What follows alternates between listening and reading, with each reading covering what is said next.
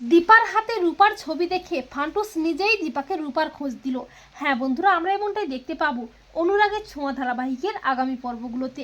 দীপা সোনাকে নিয়ে সোনার স্কুলের প্রোগ্রামে যায়, অপরদিকে ফান্টুস রূপাকে নিয়ে শহরে আসে রূপার মায়ের খোঁজ করতে।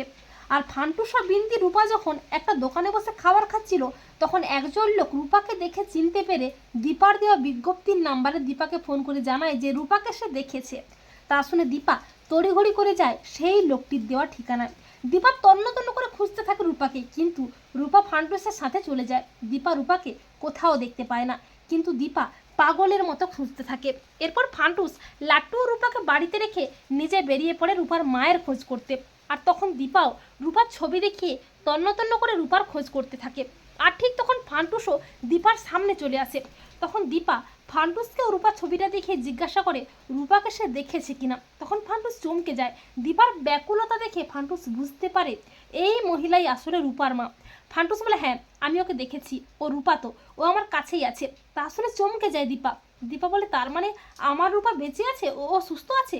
ফান্টুস বলে, হ্যাঁ ও বেঁচে আছে, ও সুস্থ আছে, ও অভিমান করে ওর বাবার কাছে যায়নি, ও আপনাকেও তন্ন তন্ন করে খুঁজছে, এমনকি ও নিজের হাতে ফটোকপি বানিয়ে আপনার খোঁজ করছিল।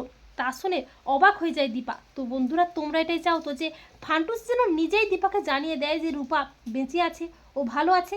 কমেন্ট করে এক্ষুনি জানিয়ে দাও তোমাদের মতামতটি।